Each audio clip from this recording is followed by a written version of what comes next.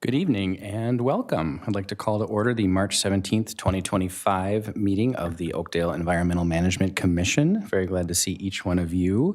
And for those watching, welcome. We'll begin this evening with our roll call of commissioner members present. Commission Staff Liaison Hannah Dunn will now be taking roll. Chair Girding. Present. Vice Chair Doolittle. Present. Commissioner Anderson. Present. Commissioner Yang.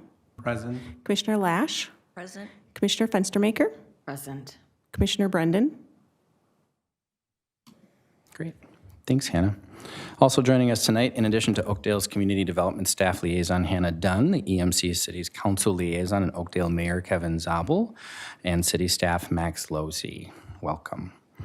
The next item is to move to our Pledge of Allegiance. So if we can all rise together.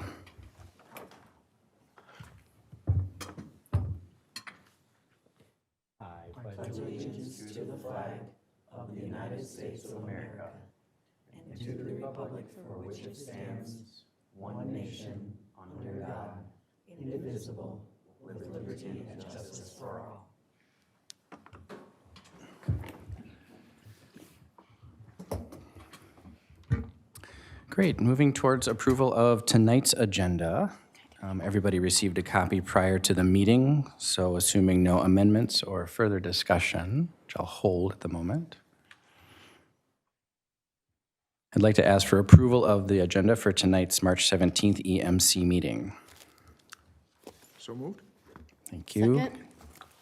Great. All in favor of approving tonight's March 17th EMC meeting agenda, say aye. Aye. Opposed? Great. Thank you. Next up, approval of our meeting minutes from our February 10th commission meeting last month. As a reminder, that was our annual workshop alongside the full city council, leading to a very robust work plan discussion and subsequent EMC meeting. These minutes were also sent prior to tonight's meeting. Is there any discussion around the minutes that we received? Assuming none, hearing none, I'd like to ask for a motion to approve the February 10th, 2025 EMC meeting minutes. So moved. Second. Great. All in favor of approving the minutes from our last month, February 10th meeting, say aye. Aye. Opposed? Fantastic. Thank you. Great. We'll now move to the public and open forum time in our agenda and invite any community member present to the podium and microphone.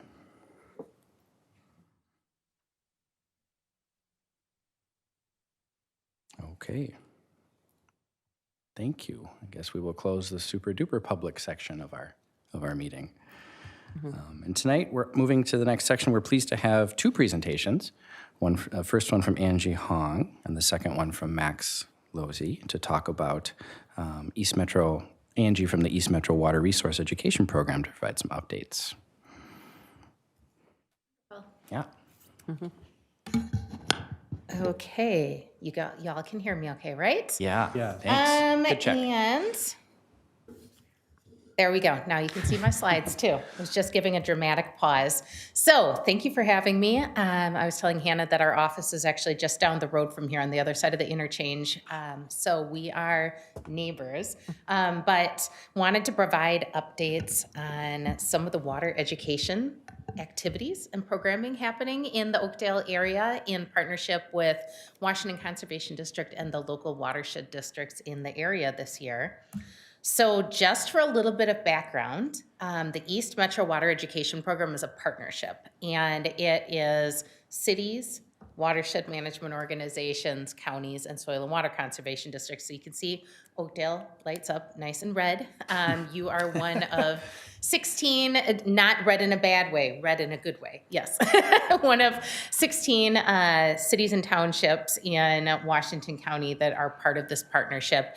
And we've been doing this since 2006. So it's going on almost 20 years now, this collaborative approach to public engagement and education.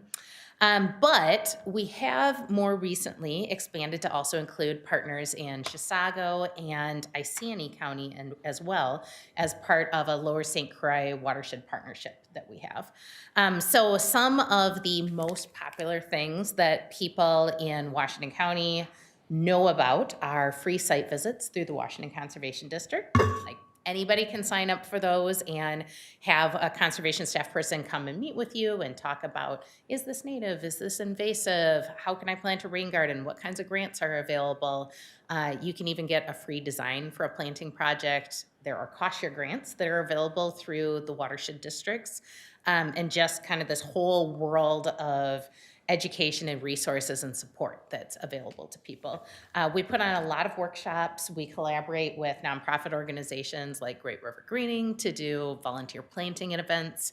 And, you know, generally just kind of trying to think of all the ways we can to engage the public in helping to protect our water and create connected habitat corridors and the kinds of things that we would like to see. Okay, so in particular with we just abbreviated to MREP, the East Metro Water Education Program, one of the big focal points has been on engaging community residents in planting native landscapes, and especially in priority locations where it helps to create connected habitat corridors for, you know, perhaps pollinators or for birds, or where we can strategically put a rain garden so it's reducing stormwater runoff to a polluted lake or river. So we do a whole lot of outreach during the spring especially. It's a lot of workshops and presentations. And I just listed a very few of them that are coming up that were most likely to be of interest to people in Oakdale. My colleague Lori Maxfield was presenting at the Oakdale Garden Club just 2 months ago. We had a couple of Planting for Pollinators webinars that are online, and anybody can sign up for those. On April 12th, we have a new tree stewards program that we're rolling out. And we're training in volunteers on how to plant trees, prune trees, care for trees. And basically, they will then be armed with this knowledge and kind of committing to putting in 20 to 25 hours per year of volunteer work in their community. So we will be hosting 2 different tree stewards trainings, but one of them that's closest to here is coming up at Lake Elmo Regional Park on April 12th. We will be at the Oakdale Eco Fair, and we'll have some kind of, you know, fun activity. And then the other thing that has in the past been hosted by Oakdale has now just moved right up the road to Rock Point Church in Lake Elmo is the Landscape Revival. I'm not sure if any of you have ever been to it before, but it used to be right out in the parking lot right here, and it just kind of outgrew the space and had to move to Rock Point Church. There are native plant retailers from all around the area that all come on the same day and set up booths and nonprofit organizations, and so people can, right around the time they're getting ready to do their landscaping projects, they can kind of come and shop from a whole bunch of retailers all at once and get their plants and then talk to people and get advice. And we found that that's really nice because while there are a lot of native plant retailers, they tend to be spread out. And so that takes away a little bit of the effort for people of having to drive around and visit all of these different nurseries. So just showing a couple of photos from events that we held over the past year. Fun things that you should know about here in Oakdale. The first is that the Washington Conservation District got 2 sets of grant funding for this coming year that are for increasing pollinator habitat. So one of them is through, you may have heard of the Lawns to Legumes, the statewide Lawns to Legumes program. They have one chunk of that known as Pollinator Pathways, and it's for creating demonstration neighborhoods. And we have funding to create demonstration neighborhoods in 5 different locations in Washington County. One of them is this area that's right on the east side of Tanner's Lake, that actually most of that area drains to Battle Creek Lake, even though it's on the north side of the freeway. So within that area, we have funding to put in 10 to 15 new planting projects, and those can either be on private residential property, they could be at one of the city parks that's there, it could be at the school, you know, or at any of those commercial properties in that area also. So we're going to be doing some outreach about that. I know that there is also a couple of the roads in there are slated for repaving and road improvements this year. So Brett Stopelstad from our office has been talking with the city engineer about the opportunity to get curb cut rain gardens potentially installed. And usually when we've done that, we're just putting it out to residents and saying, hey, during the course of this happening, if you're willing to have a rain garden, you can get one for free. And then the watershed district will pay for the cost of getting that installed, and then you as the landowner are just agreeing to take care of it and keep it looking nice. So on that topic, though, of planting new gardens, we also have a grant through the Habitat Enhancement Landscape Protection. I can never quite remember what the P in help is, but it's to create 12 new larger planting projects around the county. And there was some funding specifically earmarked to hopefully do a pollinator planting project at Tartan High School. I know that there's construction going on there, so we're still kind of waiting to see if that will pan out. But that is the hope. And then just always, the Ramsey, Washington, South Washington Valley Branch Watershed District always have cost share grants available for people to do native gardens and plant rain gardens and do like wetland and shoreline restoration.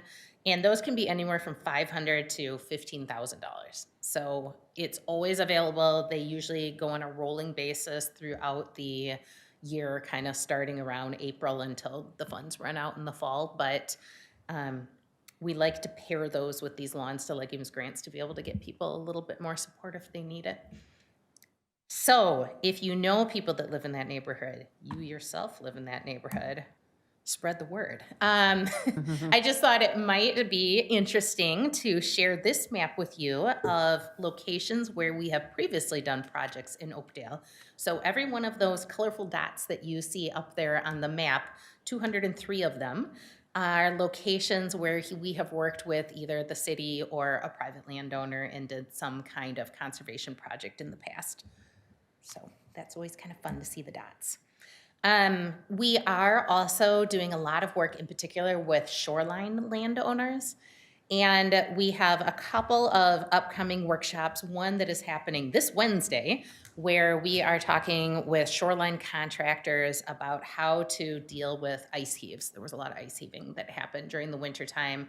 I don't know that any of the lakes in Oakdale were big enough to have experienced that, but some of the slightly larger lakes up in northern part of the county, it's a big problem. So we're bringing them in and talking about an ecological approach to lakeshore management. We're going to be doing a shoreline restoration workshop, hands-on outdoors on White Bear Lake coming up on May 20th. And then we have an online certification program for realtors that we developed last year that's just kind of always up there. It's on St. Paul Area Association of Realtors training module. And so anybody can take that and learn about best practices for shoreline. Then the other thing is that we have been doing a lot of work with homeowners associations in the past couple of years, and they can be a really challenging audience to work with, just because you have this kind of quasi-governmental entity, this board that, you know, nobody wants to be on and they get stuck being on, and nobody is really participating in the process, you know, of getting, you know, supporting the board, but they are suddenly tasked with managing stormwater on their site a lot of times, managing stormwater ponds and rain gardens and all this green infrastructure without necessarily having the knowledge base that a public works department would. So we have an HOA Stormwater Leaders course. The second one in that series is actually happening tomorrow at our office. And we're doing this as a pilot with University of Minnesota Extension and Minnesota Sea Grant, where we have 10 HOA leaders from different communities around the county, and they're meeting with us 3 times and kind of learning in depth. And this is a continuation of some work we did last year where we did focus groups and surveys with HOA people all around the Twin Cities area. And then something else that if you haven't ever heard about or joined us for a St. Croix River workshop on the water, we usually every summer do a workshop for local officials like environmental planning commission members and city council members and folks like that, where we take people out on the St. Croix River on a riverboat and have educational presentations and talk about connections between land use and water quality. Kind of at the crux of why a lot of the cities participate in MREP is because they are required to do stormwater education through the MS4 permit. And so I send out a monthly email to all of our partners, and it will have information in there about things like, this month it's all about dog poop, and this month it's all about sweeping up grass clippings, just short, easily packageable information that can be shared on city websites or in newsletters. If we have videos, we share those, and we try to put that out on our platform. We did a really big push back in January this year for smart salt education, and we will be hosting a certification training for municipal staff sometime this fall, and we've been doing those in partnership with, it's now Bolton and Mink and MPCA for about 10 or 15 years now. Another thing that we do to prevent stormwater pollution is that we engage local community residents to volunteer to adopt storm drains. And so this is where you get to look at dots on a map again. So far, 94 people in Oakdale have adopted storm drains, and there are 25,000 storm drains adopted across Minnesota, which, I was like, that's pretty cool. Because basically all people are doing is going on a map and they're clicking and they're saying, this storm drain, I'm gonna take care of it. I'm gonna go out and I'm going to pick up the litter and rake up the schmucka in the spring and all this stuff so it doesn't go down into the storm drain and get washed into the lakes and rivers. So we do that in partnership with Hamline University and Watershed Partners, and we've been doing that since 2019. And then last but certainly not least, we do a lot of work through volunteers and through partnerships with community organizations and nonprofit organizations that's really aimed at trying to build social capacity for environmental change. We're very active in media, putting stuff out there on Instagram and TikTok, and we've got a blog. I write stuff for the local newspapers, but we do also have a cohort of water stewards, 20 in Washington County right now, but we're hoping to get some more trained in 2026. So people like the tree stewards or the water stewards or the master gardeners, we try to utilize their support and those extra hands as much as we can, because there's only one me and it's a big county. But then one special program that I did want to mention, and I brought along some flyers, so if you know teenagers in your life, you could share a flyer with them about it. We are trying out a career explorations program that is going to be happening in June, and it's for rising juniors and seniors. We're really hoping to target students from Tartan High School just because it's so close to our office. But basically they would be coming out for 3 days for 3 weeks in a row and just spending the full day getting to do all these hands-on what it is that we do for a living. So one day would be all about water monitoring, and they get to try out the equipment and go and collect water samples. And another day learning about erosion control and get to put on a hard hat and a vest and go out and inspect a construction site. And on the final day, they're going to learn how to fly drones and get to take a little drone home with them. Yes. So hoping to really seal the deal with that.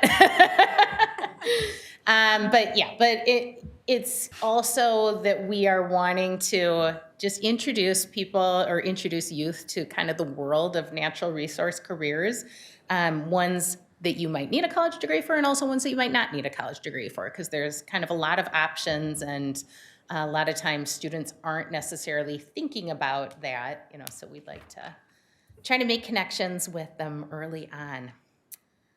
And just to share, one more map with one more set of dots. This is kind of our plan for 2025 through 2027, all the different locations where we're planning to be doing events or special programming in the next 3 years in partnership with everyone. So I'm happy to answer questions if you have any questions or conversation, or I can pass around flyers if you want to grab any for those high schoolers in your life. And if there's more left when they get down to Hannah, then she can just have them be available somewhere around here. Thank you.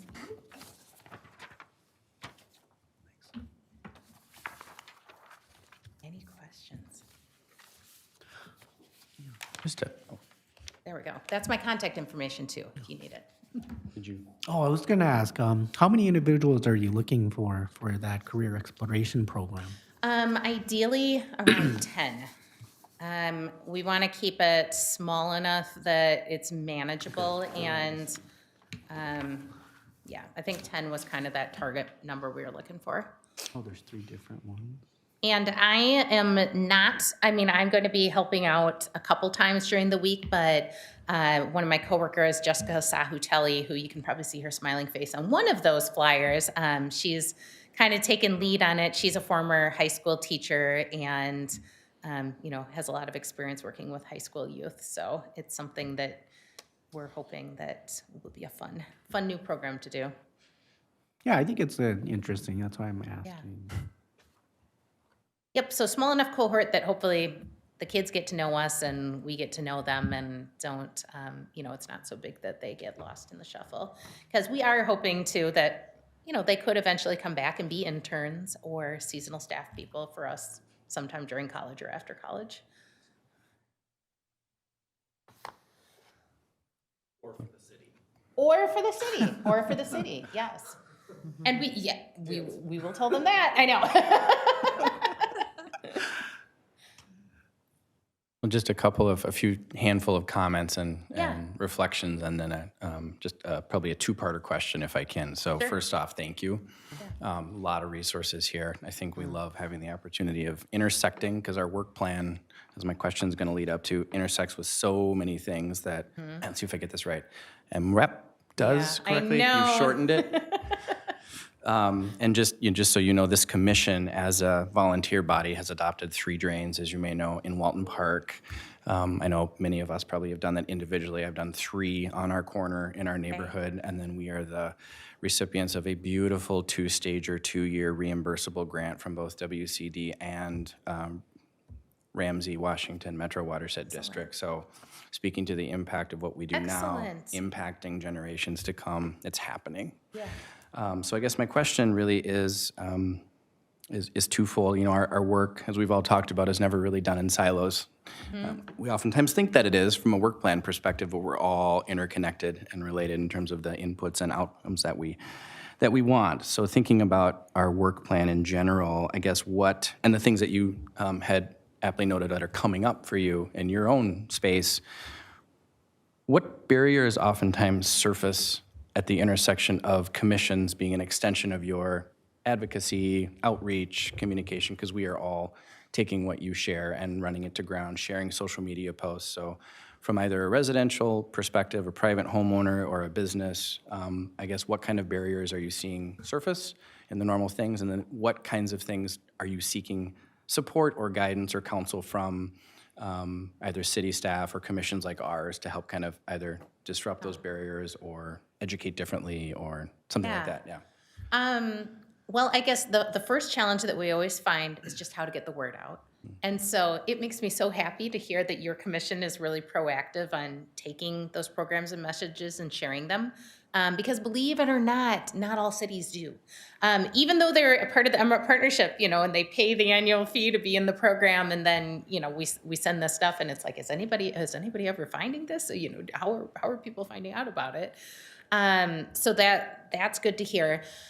One of the challenges that we do encounter is that we're really, I wouldn't say really good, but we're fairly good at getting at people who are already interested, or like a certain kind of people, people like you, people who are in a garden club, people who are in a birding club. And then there's, all the other people who exist, and they're not necessarily opposed to native gardens or trees, but they're not running in the circle. And so much of what we do, because we lack the financial resources, so much of what we do ends up going through word of mouth.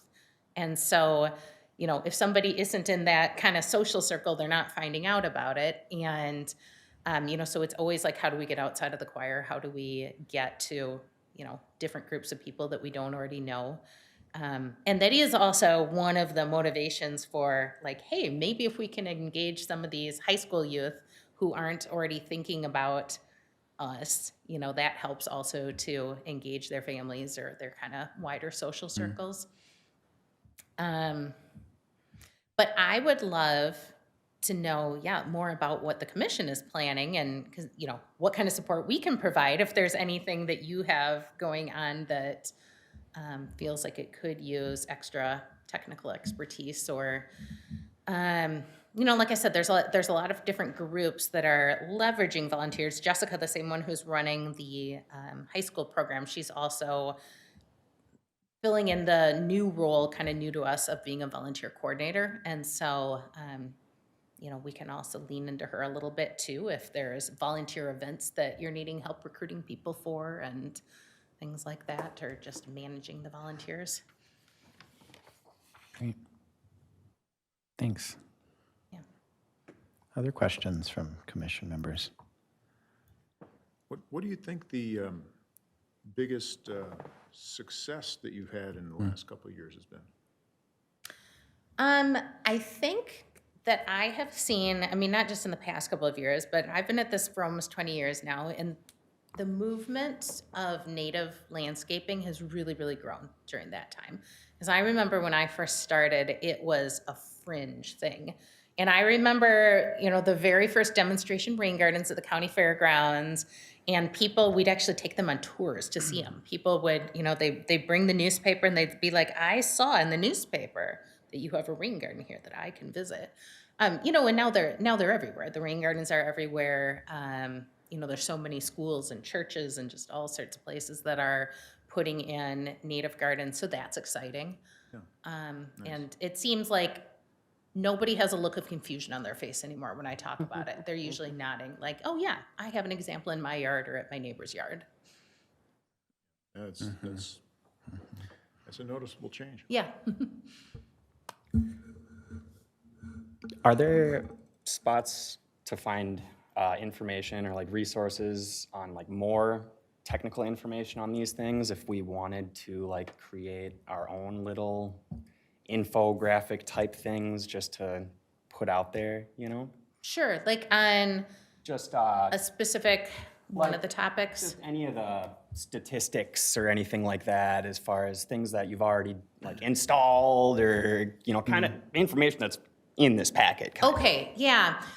So like that map that I showed you of where all the conservation projects were in Oakdale, that is on the Washington Conservation District website, which is mnwcd.org.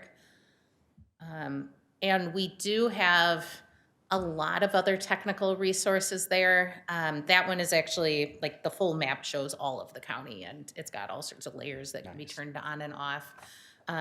But we do also list all of our events on there, if there's upcoming events. There's a tree sale that happens every year, and people come and pick them up at the end of April. So we're coming up on that. Most of the trees are sold out by now, but there are a couple of species that are still remaining. But yeah, so that's kind of a technical resource for native plantings. Bluethumb.org is a really great technical resource, and they are affiliated with the Lawns to Legumes program, but they also just have a lot of resources on where are native plant nurseries, online courses and modules that you can take, who are the local partners in our area, and they have a lot of stuff there too. Nice. Yeah. Awesome. Is that something you'd encourage then? Or does it need to go through an official channel or something like that? Nope. Okay. No. Sweet. Spread the love. Right. And just when I was thinking of Blue Thumb, it made me think also container gardens, because they do have a couple of planting designs for container gardens, which is something that we'd like to be able to share that and have more of those at rental properties, mobile home parks, senior living, just places where people are interested in being able to do something, but they don't necessarily have a yard Right. that they can be gardening Yeah. in.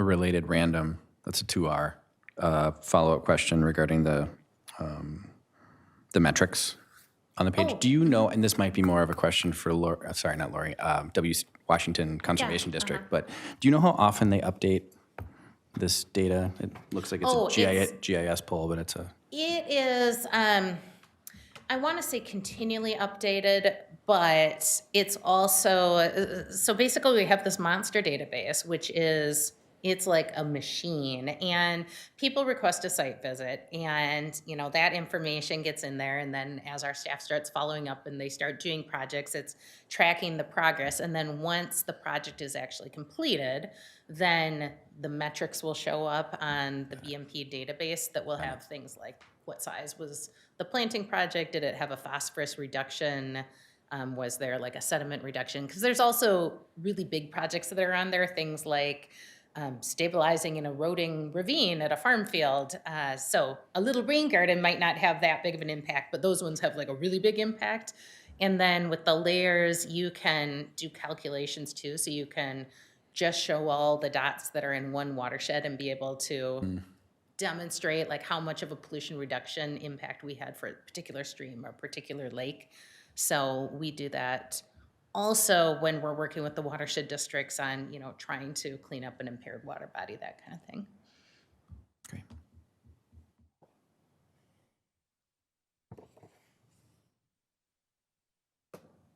Other questions, comments? Well, we have 2 words again, and thank you. All right, That well, was wonderful. That was Thank you. wonderful. Yeah, thank you, Angie. Thanks.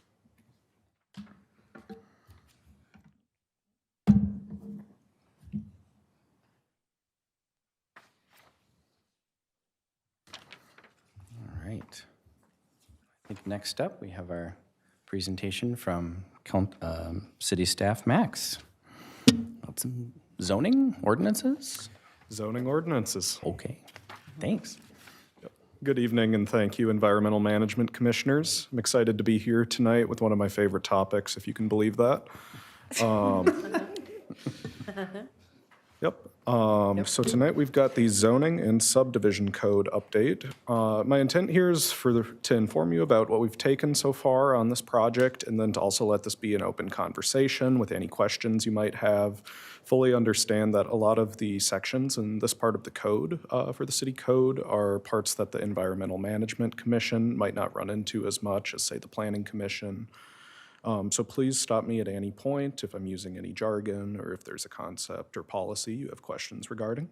Just a little background on this project. Our goal here is mainly to evaluate the zoning and subdivision code ordinance and diagnose existing issues. Zoning, for those who aren't familiar, breaks down what is allowed in the city of Oakdale based on where the land is and the different standards that the uses on the land need to meet. And subdivision concerns how land is divided. The city hired HKGI, a Twin Cities-based planning and urban design firm, to help us out with this project. And in terms of everything we're looking at, it's quite a bit, hundreds of pages, but just to sum it up, we have the zoning chapter, which just some selections include zoning districts, planned unit developments, which I'll talk about a little bit later, building standards, which includes designs, parking, screening, and fences, and other components. Zoning administration, so our process, procedures, due process, et cetera. Signs and definitions. Subdivisions, which is a separate chapter. Trees, just the tree preservation component. The rest we're not touching and leaving to the city forester. And then planning and development, which is mainly about the planning commission. So a few things on the objectives here. Our main goal is to make it easier to use and modernize the zoning code. As you might know, we have quite a bit of development applications and growth in the city for anyone on the development bus tour. And the last time we touched the code in entirety was 2008, and quite a few things have changed since then. We're also looking to align the code with any of the plans we've done in recent years, bike and pedestrian plan, make it easier to implement bike and pedestrian infrastructure, ensure that everything is legal with our state statutes and federal laws and different court rulings, and then facilitate any redevelopment and development goals. So we started this last March. Most of the time is writing the code. It's a pretty complex project. We are currently in the midst of getting the draft ready for legal review so that we can take it back to our commissions and the city council and get some input on some other policy components, and looking to adopt ideally in June of 2025. And so tonight, I just want to highlight some portions of the code that I think the EMC might be interested in, and if there's any other things maybe you read in a planning article or something, there's a chance that we might also be looking at it as a part of the code update, so feel free to let me know.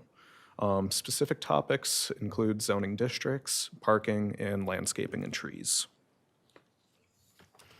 So diving into zoning districts, just for a little context, there are currently 14 districts in the city of Oakdale, 6 of which are residential, 6 are commercial, and 2 are infrastructure or open space districts, which include wetland and tower. There's also planned unit developments, which I'll explain a bit more in detail later, and 2 overlay districts, shoreland and floodplain, which we're not touching. So residential districts comprise most of the uses in the city.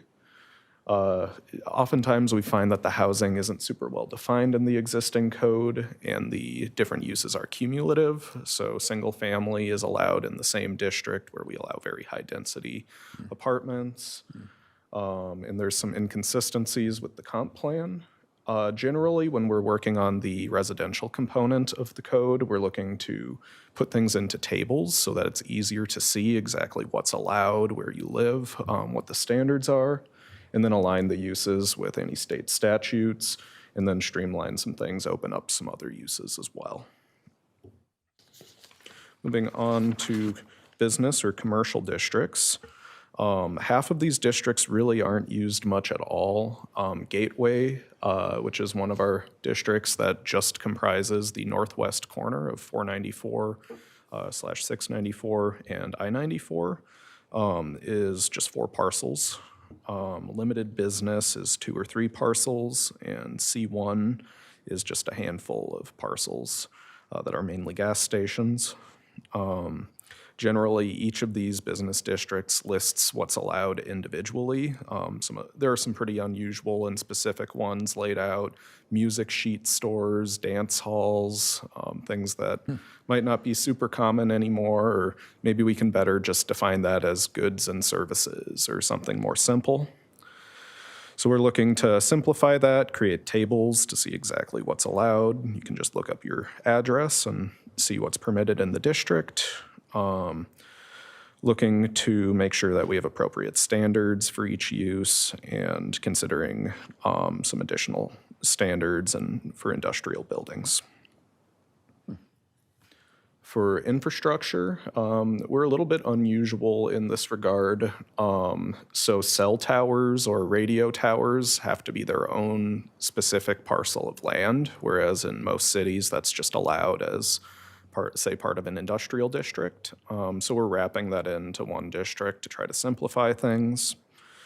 And then wetlands we're looking at using as an overlay district instead of having a parcel zoned as a wetland, since wetlands don't follow nice clean lines like a lot of our residential parcels do. So planned unit developments are a special kind of zoning district, which is pretty common in Oakdale. It can be for either residential, commercial, or a mix of uses.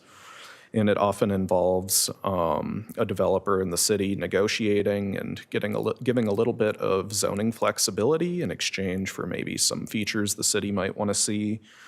So 29% of the land is currently zoned PUD. A lot of it, there just weren't standards that were considered back when they were developed. It was just an agreement. The houses were built and it was left at that. So there are portions of the city where it's a bit of a gray zone of, say, someone wants to add on to their house or install a greenhouse. It's unclear exactly what's actually allowed there. We were considering reducing the minimum lot area for a PUD and then making sure that there's just more standards in general for PUDs to follow. For reference, there are some planned unit developments that the city came up with the standards for itself and serve as sort of special districts, including the Helmo Station bus rapid transit-oriented district, and the Greenway Station, as well as the Tartan Crossing area, which is entails the area by Hy-Vee, where the Oakdale Mall used to be. We're not touching those at all. So I just wanted to go through. We're sort of trying to combine these to the best of our ability, help streamline and simplify things. So R2 and R3 are almost identical zoning districts. That's low density and low density housing, which are just becoming one low density housing district. We're combining neighborhood commercial and community commercial into one zoning district.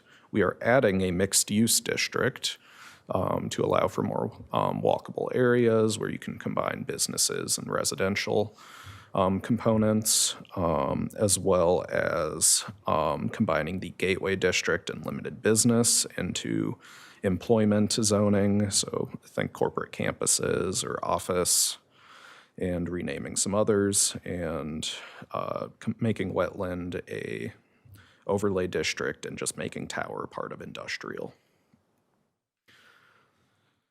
Some of the changes that apply to residential areas, which might be of interest. Currently, no changes to the R1 lowest density district, which comprises less than 10% of the residential land in the city. The R2 district, we will allow, or are proposing to allow, 2-unit dwellings, townhouses, and courtyard cottages. A courtyard cottage is sort of a newer housing type that we haven't seen much of in Minnesota, but our consultant brought up as might be a good fit. It's essentially a few smaller single-family houses that might be a bit closer together and are surrounded by a shared garden or courtyard space. We're also adding that use to the R4 district, and for our high-density R5 district, we're removing duplexes and single-family units, just to keep that more focused on high-density multifamily. I want to talk a bit about parking, because that's somewhere where we're proposing a good chunk of changes. We find a lot of the time that the current parking requirements exceed a lot of the needs of the community and are higher than other cities. We're looking to consolidate the requirements, make them easier to follow, and put them into a table that's where you can look up the use and thus how much parking is allowed. Generally, we're looking at reducing minimum space counts across the board, making it so that less pavement overall is required for each development, and it focuses more on which uses actually need that much parking, and then simplifying how it's calculated. Right now, the zoning code requires parking to be calculated in many cases for things that we won't have the information for after a year or two. For example, a lot of industrial properties are calculated based on the number of employees. The amount of employees in any given industrial zone is significantly lower than it has been in the past, and that changes from month to month even. So it can be challenging in the future when someone wants to reuse that property for us to know what's going on then. So just kind of a fun question, if there's any uses in the city you think are particularly overparked or underparked, feel free to share those, and we can make sure that it's lining up with our current parking standards. I know we've heard before that a lot of the large grocery stores, some of that parking never exceeds more than a third of the people parking there. Movie theaters, industrial offices, oftentimes don't reach anywhere near even half of the amount of parking. Feel free to chip in if there's any other. Dock 86 is, that's pretty excessive. That's Yeah. like the old movie theater lot. That's ridiculous. Yeah, we actually made a special category just to reduce that parking, and it's still quite a bit. So we are looking into reducing that one quite a bit as well. Ideally, there are actually 2 commercial sites attached to that home furniture. We're hopeful one of them will be a restaurant or bar eventually, and that might lead to a little bit more parking demand, but it's pretty excessive at points as well. So landscaping and trees. Generally, we're looking to consolidate and clarify the standards. There's currently 2 different landscaping standard sections, and they overlap a bit, and it's confusing. And the way that the ordinances work is whichever one is more strict, you just follow that one anyway. So we have 2 really right now where we're not following one.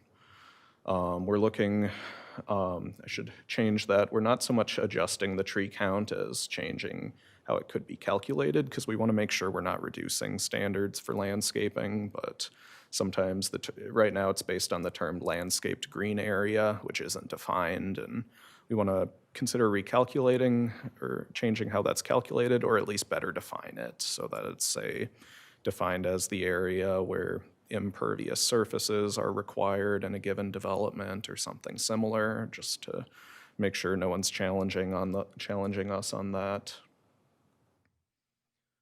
Tree preservation, if you're familiar, whenever a new development goes into Oakdale, if there are existing trees on site, they're allowed to remove a small amount by right, and then the remainder of the trees need to be replaced, usually on a 2-to-1 or something similar schedule, in order so that when a new development comes in, we'll at least get that tree canopy back in the future.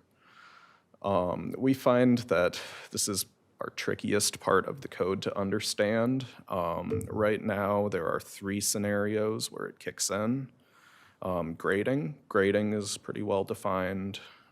Building and development, neither of which are defined, and whether or not building and development are the same or if they stack on top of each other, we have trouble figuring that out. So we're proposing some new criteria. So anytime we have a major residential subdivision, we'd want to make sure those trees are replaced. Anytime a new commercial, industrial, institutional, or multifamily project comes in, we require what's called a site plan, so we would make sure it's implemented there as well. Grading, we're going to keep. New principal buildings, what that is a principal building is the main building on any given lot. So if you live in a single-family house, your house is the primary building and your garage is accessory. So if there happens to be an empty lot or you knock down your house and build a new one, we'd want to make sure tree preservation comes in. And then if we remove more than, I think we're proposing 25 or 30% of trees on an undeveloped parcel, then those be replaced, just to prevent a developer from clear-cutting an empty parcel or something like that down the line, and then that way they don't have to pay it in the future. We want to make sure that we're covering that scenario. So that is a summary of hundreds of pages of code, and there's a lot of material that I'm not covering, and I realize I likely spoke in a good bit of jargon there, so I really do want to open it up for questions or any comments or policy questions, et cetera. Yeah, I have a question. So for the wetland districts, I know you're turning them into overlays, but is there the existing wetland districts, are they all being changed to like R1, like the open district, or is that a case-by-case basis for that? Yeah, change? admittedly, we still need to check with our legal department on some of that. The Minnesota state wetland laws are actually more aggressive than our wetland district. Sure. So whether or not it's an overlay or it's removed, the protection would still be in place because that ordinance was written quite a long time ago. There are some components of it that we need to patch up, including giving ourselves the ability to delineate wetlands, which just wouldn't, that's not how the process is followed today.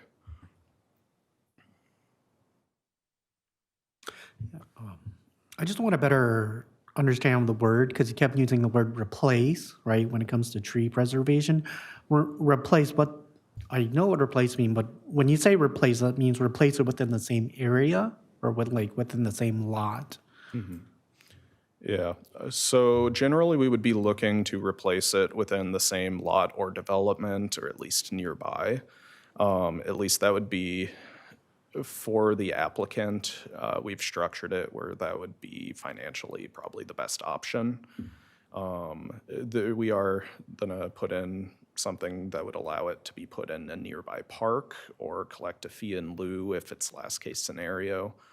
But generally we would look for it to be replaced on site to mitigate the loss of that tree to its localized impact if possible.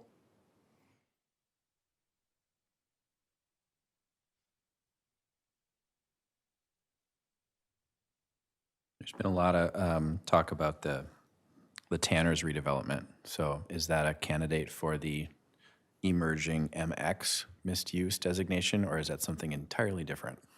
Just kind of trying to think about how we should think about how to think about that. Yeah.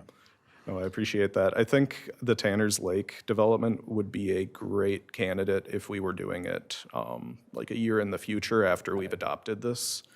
Because we don't have a mixed-use district now, we were kind of held back by the zoning for that project, and we ended up working with a consultant to draft a brand-new planned unit development. Just in that style of development isn't considered in our code right now, and ideally, after we adopt this, it would be. Thanks. Yeah. Why aren't there, you mentioned there are 6 business districts. Why aren't 3 of them being used very much?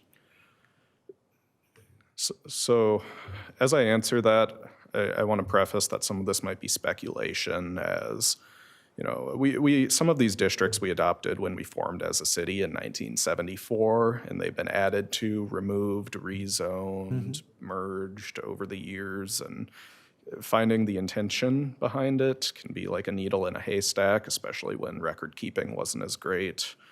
The Gateway District is intended to create sort of a gateway use for that parcel off of 94 and 694, create something big and flashy and exciting.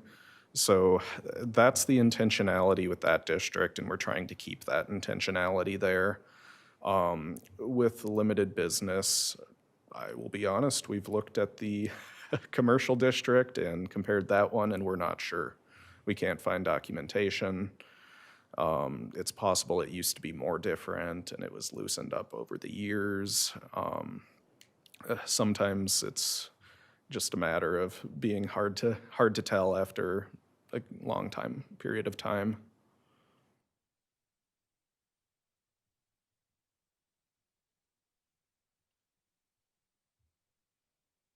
Thinking ahead a little bit also, well, first, thank you for all of this, my goodness, and I just generally grateful as a commission to have the opportunity to have line of sight and awareness in terms of process and where we intersect and what kind of counsel or thoughts you want us to muse over on this. Do you have a general timeline in terms of what we would expect to see next as we also plan for our next commission meeting in May? Yeah, I can give a general timeline. I do want to preface that things can come up with zoning code updates, but right now we're looking at getting our first legal draft done and ideally getting it back mid-May or mid-April, in which case we would take it to the City Council and Planning Commission, in which case the text would become available, and I'd be happy to share that with Hannah once it's available so that that can be sent on to the EMC. And then we'll go, ideally in June, look to adopt, in which case the text will be available and we'd welcome any input. We're also working on creating a map that shows the zoning districts as they are now and how they're changing, and it'll have some text if you click on your house or a parcel you know, and in a few sentences try to say what that actually means for you. So we're looking to have that tool up around the time that we take it for initial input to the City Council and Planning Commission. Thanks.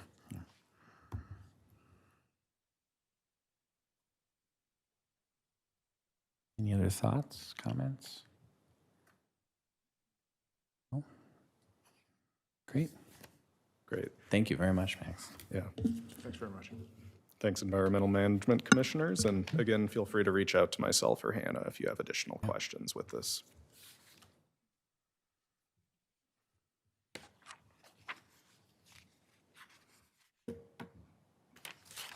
All right. Well, moving on to the next section of our meeting tonight, we have our EMC Commission review, starting with, I think, old business from last month, beginning with a recap and status update of our upcoming Eco Fair next month. Hannah, do you want to provide an update? Yes, absolutely. We are just over a month away from the Eco Fair. Things are really starting to take shape. In your memo, there's a ton of new information.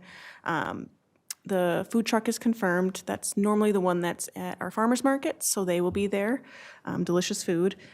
Recreation department is still finalizing some family-friendly activities, but you know, Angie said that they will have likely a family activity at their booth. Master gardeners have said that their milkweed, monarchs, and pollinators team will have some fun activities. And then I'm still trying to see if Gateway Cycle might be interested in a bike repair clinic, or if the Oakdale Library. I've reached out to both of them, but nothing's confirmed or taken shape quite yet. But I'll continue trying to get more activities in that space. And then promotion plan, our communications specialist is back from leave. So there's been an event created on Facebook, and we'll continue throughout the next month and a half to push it on social media.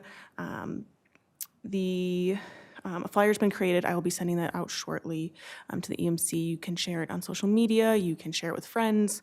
I can print some off for you if you'd like hard copies to just spread the word. The Suburban Community Channel's presence has been requested. I'm not sure if they're able to make it, but they were at our Willowbrook Commons grand opening. They're at lots of city events, and they make really lovely short videos that capture the day. And then, you know, I listened back to the minutes, wrote down all the ideas that you came up with at the February meeting, so we're looking into some of those to see if we can incorporate them into the communications plan as well. And then we have over 15 vendors confirmed. Some will have multiple tables, so hopefully that space starts to really fill out. We've got a whole variety. We've got some energy efficiency, home energy vendors. We've got lots of native landscape, pollinator vendors. Merritt Chevrolet, they'll have an EV. They'll have a table, but they'll also have an EV in the parking lot if people want to take a look at it. It won't be a ride and drive component, but it'll just be there if people have got questions. Solar, pollinators, yeah, we kind of hit all the different sections when we started brainstorming vendors months ago. So that's really taking shape. And then the expectation is that commissioners are there to help. I don't have specific assignments quite yet, but as things start to we can start to get them finalized, I can send those out just via email, or we can always just kind of figure it out the day of. But setup should be starting around 8 a.m. And then tear down should be wrapping up by 2 p.m. So please let me know if you're only able to make it for a portion of the day. We'd love to have you there the whole day just to kind of help it move along. Are there any questions or comments?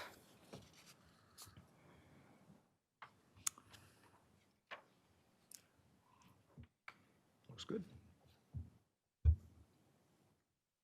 I sense a theme tonight, but a comment again of thank you. Like, we always wonder how to help, and we're always here to help, and it's I don't know if it's a last-minute Minnesota thing, where it always comes together at the last minute, but I know that's not due to anything that's been not happening or happening at the city level, so it's just vendor commitments and participation and communications. It's always a 30 to 40 to or 45-day window I've found in planning events, so thanks for doing it. This is very exciting, so Yes, happy to be absolutely. there. Yeah.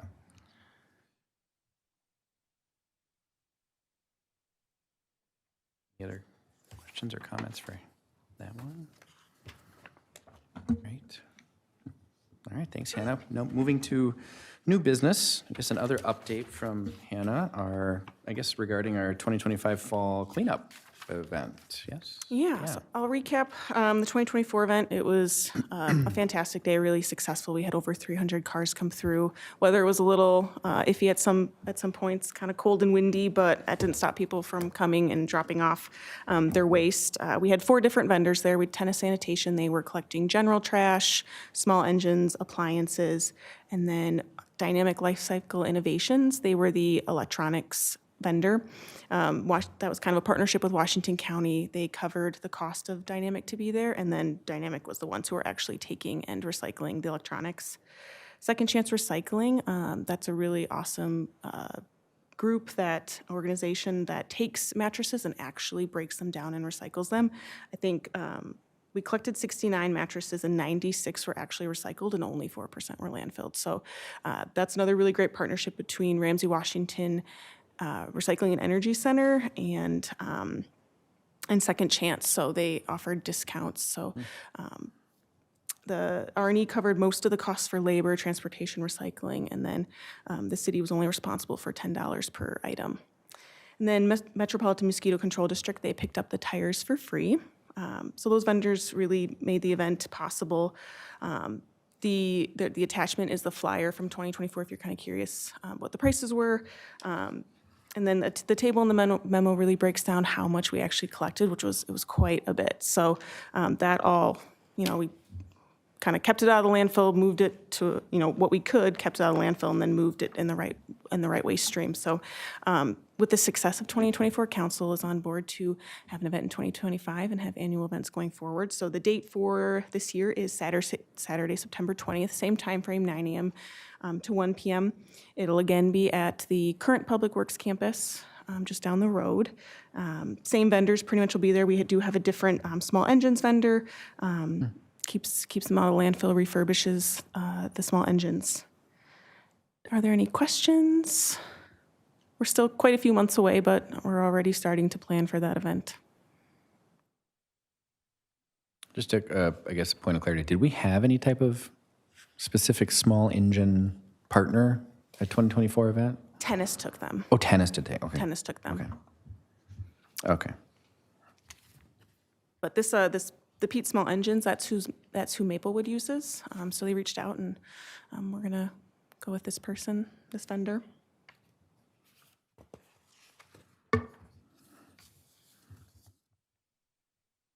Given budgets, are we anticipating roughly the same amount of fee structure?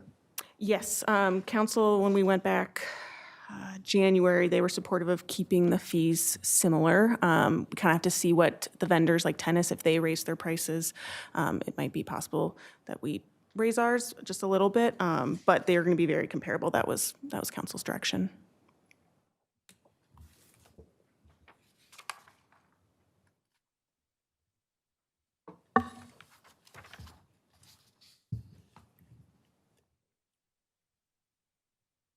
Comments for cleanup? I have my list ready.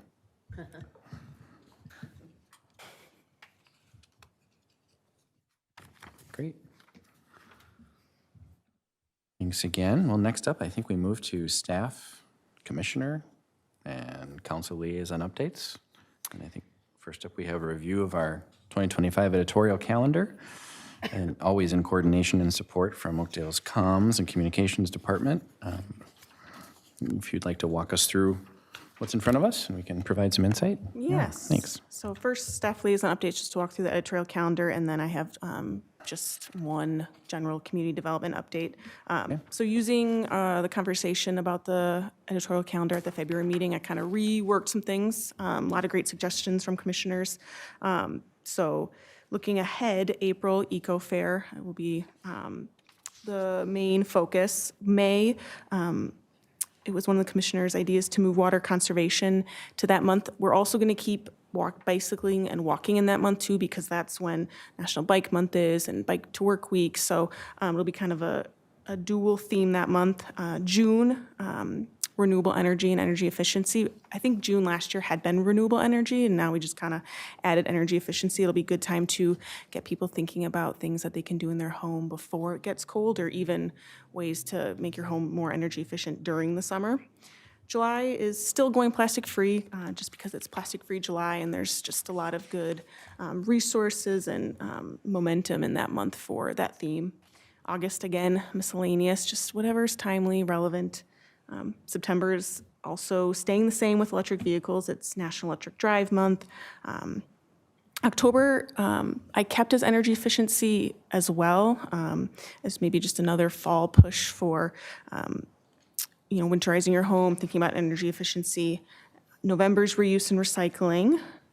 Might be a good time to promote a lot of the different Washington County recycling campaigns, food scraps pickup.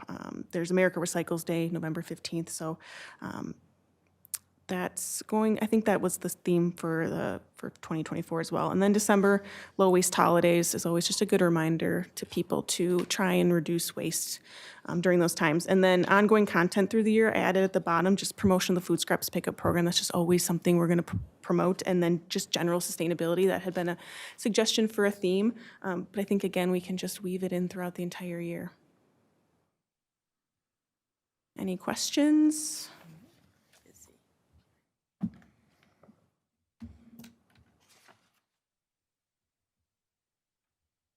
Just a comment, you did change it up. The flow seems more, it seems more robust and comprehensive, and now it's all the way through December. Thank you. Oh, yes. That's great.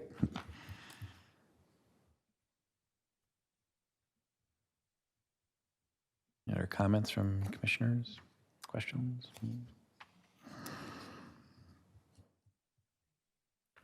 Okay, Thanks again. thank you. Then general community development updates before I And- forget. Yes. Gold Line opens this weekend. 4 days, 8 hours, 48 minutes, and 40 seconds is the most recent countdown on their website. I'm sorry, I apologize. You have a countdown clock? They have a countdown clock. Got it. I just have their site up. There's all sorts of opening day activities. So if you wanted to participate, just Google Metro Transit Gold Line. You go to their webpage, and it's pretty much the first link right at the top. There's ribbon cutting. There's a ceremonial first ride, leaves the Wood Lane Park and Ride at 10:45. From Saturday, March 22nd to Friday, March 28th, there's free rides on the Gold Line. So good time to take advantage of just take a little trip on the Gold Line with, no particular destination, see what it's all about. And then at the Wood Lane Park and Ride, and then I believe at Sunray, there's all sorts of events going on, kids art table, you can meet the Metro Transit mascot Skip Traffic. I didn't know they had a mascot, but it could be a good opportunity to check it out. Who named that one, like the snowplow? So there's food trucks, there's hot chocolate, cookie cart. Could be a really fun opportunity if you've got nothing going on. So just wanted to share that, but that's all on their website. So if you just Google Metro Transit Gold Line, you can find all of that and keep track of the countdown if you'd like. That's the big update. All right. Well, thanks. Guess moving on, commissioner updates. Any one of you have fun things happening like to share with this group? Time starts now.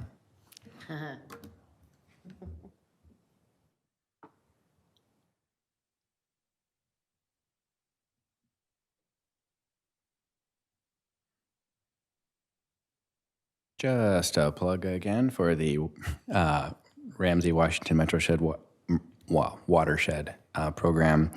They're definitely not a reimbursable grant and then one and done. They also have maintenance and ongoing grants. So if anybody is considering how am I going to actually steward and care for this beyond what's in the scope of the agreement and all the stuff that you normally do as caring for natives and rain gardens and swales and everything, they can help. So just to say, it's not one and done. There's ongoing maintenance grants that you can apply for. So FYI, yeah.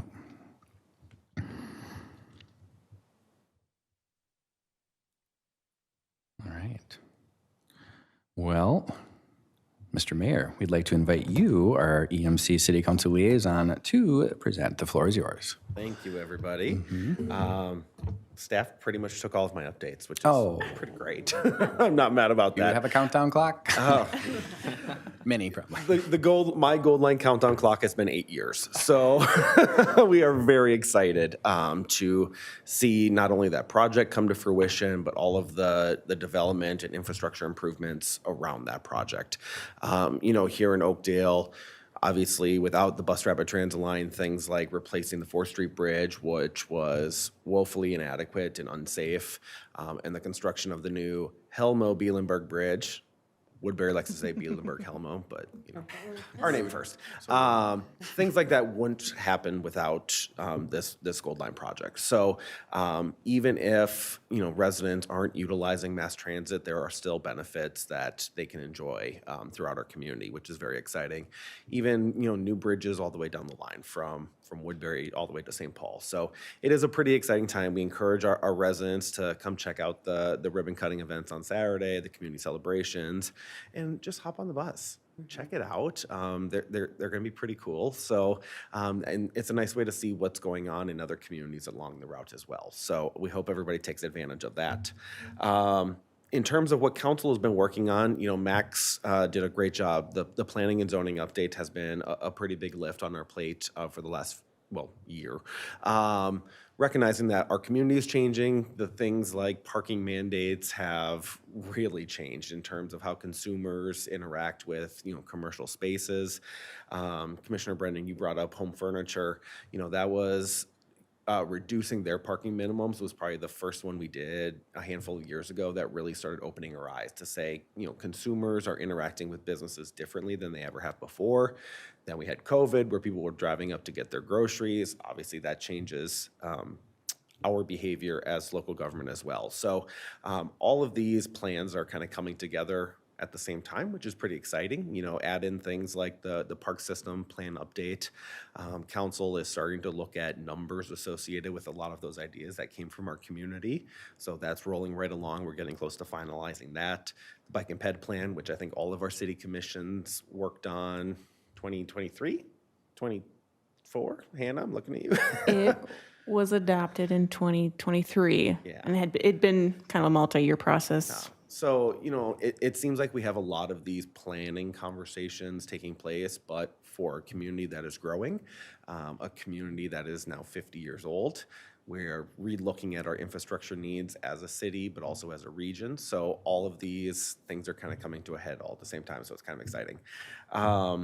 Otherwise, the big thing that's going on right now is we're just gearing up for a very big summer infrastructure season. So from the annual street improvement program, which will be taking place south of 7th Street, west of Hadley, kind of in the Tanner's Lake around Greenway area. We're repainting a water tower, the one west of 694. That's always a big and very expensive endeavor, but it hasn't been done for 25 years. Also looking at our routine park improvements, we have that going on as well. So a lot of those infrastructure programs or projects are taking place this summer. So there will be some disruption, there will be some detours. We appreciate everybody's patience, but the work has to get done. So that's always something to look forward to as spring turns to summer. Other than that, I'm happy to answer any questions. Nothing?